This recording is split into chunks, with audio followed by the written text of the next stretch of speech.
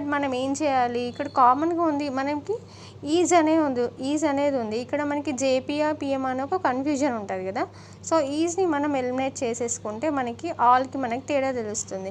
So is కామన్గా cut చేసుకుంటే ఇందులో జేపీ అనేది పోతుంది.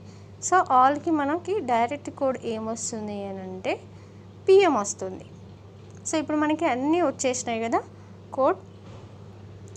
ఆల్ రైట్ ఎగ్జామ్ వెల్ని మనం డైరెక్ట్ సెంటెన్స్ లానే రాసుకుంటే ఆల్కి మనం డికోడ్ చేసింది పిఎం, రైట్కి ఎల్ఎం, ఎగ్జామ్కి ఆర్ఎస్, వెల్కి ఈకే. సో మనకి ఆప్షన్స్ ఎలా ఉన్నాయి చూడండి. పిఎం, ఎల్ఎం, ఆర్ఎస్, ఈకే లాగా ఉన్నాయా? లేదు.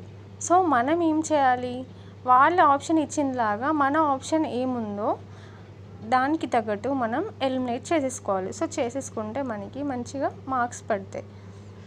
సో సింపుల్ ట్రిక్ ఏంటి అని అంటే ఇచ్చిన ఆప్షన్స్లో జేపీ అని 3 ఆప్షన్స్లలో ఉన్నాయి. సో ఒక లేనిది ఏంటి అంటే ఒక సెకండ్ ఆప్షన్లో మాత్రమే లేదు.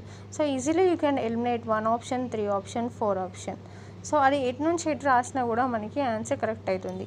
ఈకే, ఆర్ఎస్, ఎల్ఎం, పిఎం. సో రివర్స్లో ఇచ్చారు EK, RS, LM, PM. So option 2 is our right answer.